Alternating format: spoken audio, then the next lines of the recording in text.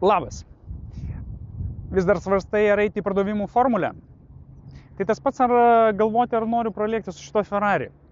Su šituo 400 arklio jėgų automobiliuku.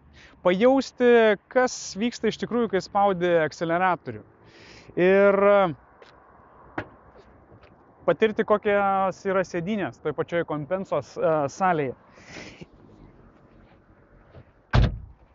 Tai žvelgiant į pardavimų formulę, ar verta iš tikrųjų tenais dalyvauti, prisiminiau šiais metais, kaituodamas vieno žmogaus paklausiau, kodėl tu čia atvažiuoji?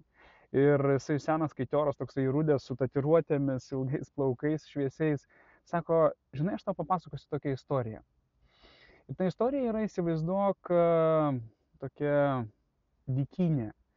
Ir per tą dykynę bėga žmogus, bėga ir jisai bėga nuo tigro. Ir tas tigras įvejasi, pribėga tokį tarpeklį, šoka nuo to tarpeklio ir įsikabina į tokią šaką. Ir laikosi į tą šaką įsikabinęs, pasižiūrė apačioje, kitas tigras dar laukia jo. Tada žvilgti į šaką, o šaką graužia balta ir juoda pelytė.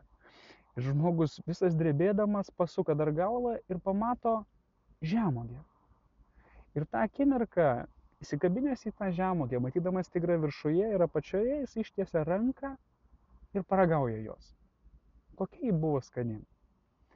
Tai galbūt ta žemuogė gali būti sudalyvavimas pardavimų formulėje. Toje rutinoje bėgant nuo vadovo ar bėgant nuo tų pačių klientų ir pabuvimas tarpe pažįstamų, draugų, artimųjų. Ir apie ką kalbėsiu, tai yra apie autentiškumą. Kiek esi pats autentiškas, kiek iš tikrųjų jauti ir pažįsti save. Juk kiekvienas, kai gimstame, esame tarsi pure essence.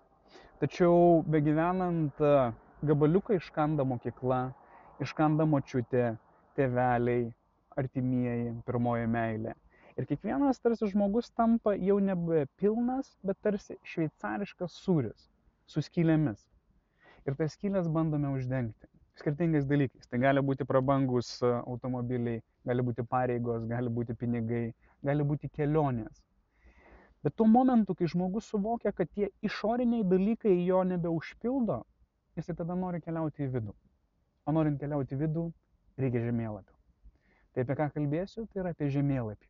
Apie vidinį žemėlapį ir apie 5 būsenas, kurias natūraliai turėtų patirti kiekvienas žmogus. Tad jeigu nori patirti iš tikrųjų tuos 400 arklio jėgų arba tiek idėjų parsinešti per tą dieną ir pabūti žemuogių pievoje, ko reikia pasimatyti